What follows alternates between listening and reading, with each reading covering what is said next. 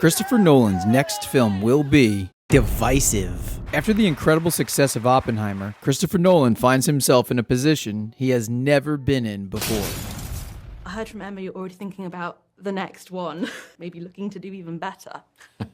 I think you can't worry too much about the relationship of one film and on to the next. I get bored very quickly. I like to keep working, so it's exciting to think about what's next. While used to financial successes, Nolan, who's grossed over $3.6 billion at the global box office, his films, at a baseline, tend to divide audiences. Even The Dark Knight and Inception, easily his two most popular films, have massive issues that people still talk about to this day. Inception's endless exposition, and The Dark Knight's lackluster ferry boat penultimate act. Inception was too loud for some, Dunkirk too boring, and Tenet left audiences confused. Not for me, but with Oppenheimer, Christopher Nolan faces something he never has faced before. Critics and audiences alike fell in love with the story of physicist, politician, and Prometheus-like modern figure J. Robert Oppenheimer, father of the atomic bomb. Has there ever been so much pressure on Nolan to pick his next film? Has it already been written? Let's take a look at the pattern from his previous releases to get a better idea of just what type of film Christopher Nolan will make next. For the purposes of this video, I'll only be referencing his feature films. Short films like Doodlebug won't be in the mix, and to that effect, I will not be including Following, which was made outside of the studio system and only runs 1 hour and 9 minutes.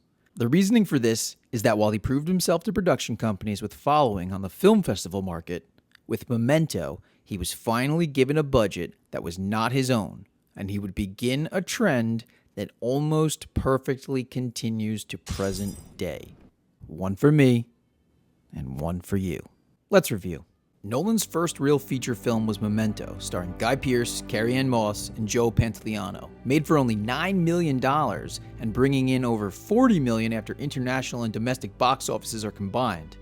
That's a big win for any director, and this being an original story he and his brother Jonathan Nolan had worked on collaboratively, the studios knew they had something special with Chris Nolan. Just 2 years later, Nolan was releasing Insomnia for Warner Brothers and acting as something of a director for hire.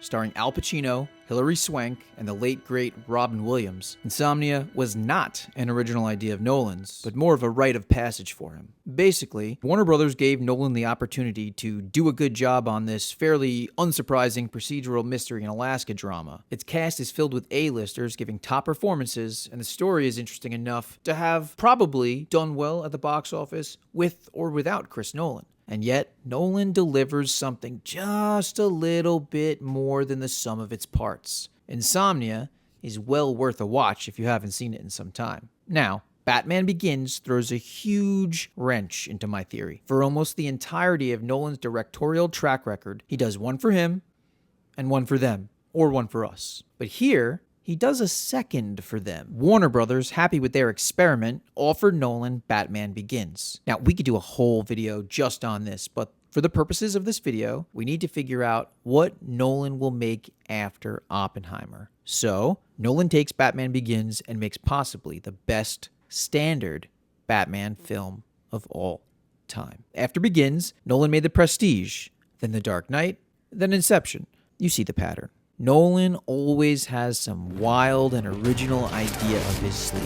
Memento, The Prestige, Inception, Interstellar, and Tenet are 5 wholly Nolan-esque. And truly, it's these films that make him what we in the film world refer to as an auteur. So the question I think that we must answer before coming to our final conclusion is this.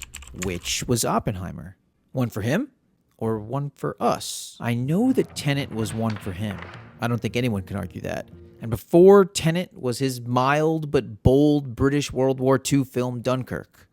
I think that one was one for us. So the pattern goes Interstellar, him, Dunkirk, us.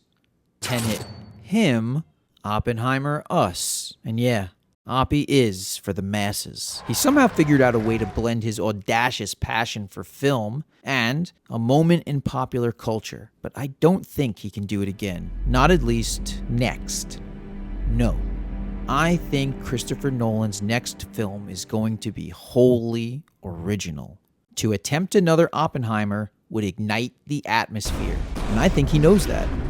No, the next Nolan film will most probably be divisive, and hopefully, for Nolan diehards like me, too loud.